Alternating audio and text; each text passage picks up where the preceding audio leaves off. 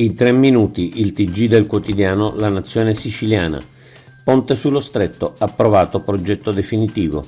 Il CDA della società Stretto di Messina ha approvato la relazione che aggiorna il progetto definitivo del 2011 del ponte e sono subito cominciate le ovvie polemiche dei benaltristi, ma finalmente la più grande opera al servizio dello sviluppo della Sicilia e della mobilità dei siciliani viene avviata. Con il ponte verrà data centralità ai porti siciliani e verrà meglio garantito il diritto alla mobilità. Un siciliano che prende il treno a Messina impiegherà 2 ore in meno per arrivare a Villa San Giovanni. I lavori cominceranno entro l'estate di quest'anno e la fine è prevista per il 2032. Ponte sullo Stretto, come sarà?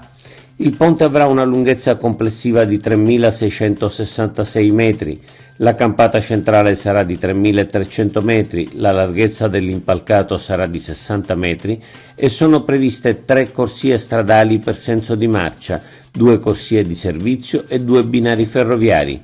Aperto al traffico 365 giorni l'anno, 24 ore al giorno, il ponte è previsto resista a un sisma di magnitudo 7.1 Richter e a venti da 300 km/h.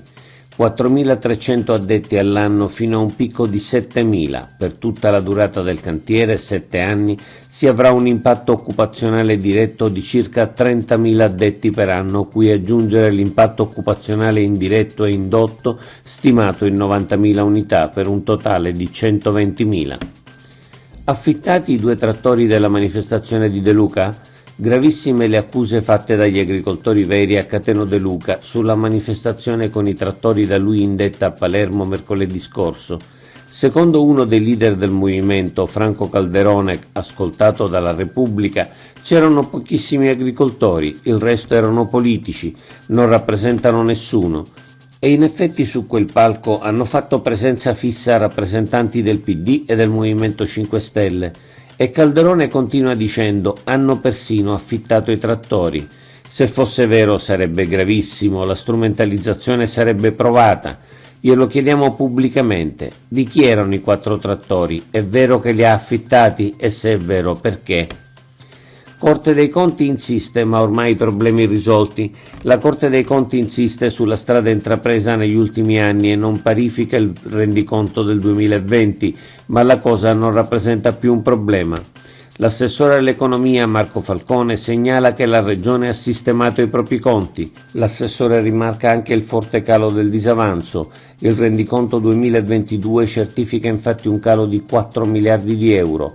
Dal 2021 ad oggi siamo cioè rientrati di quasi 3 miliardi e secondo le nostre previsioni nel rendiconto 2023 rientreremo di altri 800 milioni di euro.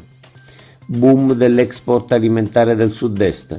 Il report di Intesa San Paolo ha certificato una crescita boom dell'export agroalimentare del Sud-Est della Sicilia del 37,8%, pari a un incremento di 30 milioni di euro. Il presidente Schifani ha commentato il report ricordando che la realizzazione dell'area cargo all'aeroporto di Comiso per inviare i prodotti agroalimentari in tutte le parti del mondo non è più rinviabile. Posticipate scadenze del bando Fare Impresa in Sicilia. Ottima la risposta degli imprenditori al bando Fare Impresa in Sicilia. Già 1.900 le domande arrivate. Decisa dall'assessore Tamaio la proroga della scadenza. Il bando prevede contributi per realizzare nuovi progetti imprenditoriali.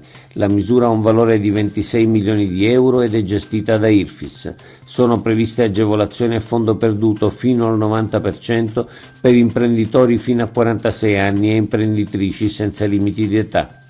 Oggi è tutto. Per l'informazione del quotidiano La Nazione Siciliana trovate gli articoli completi su www.lanazionesiciliana.eu.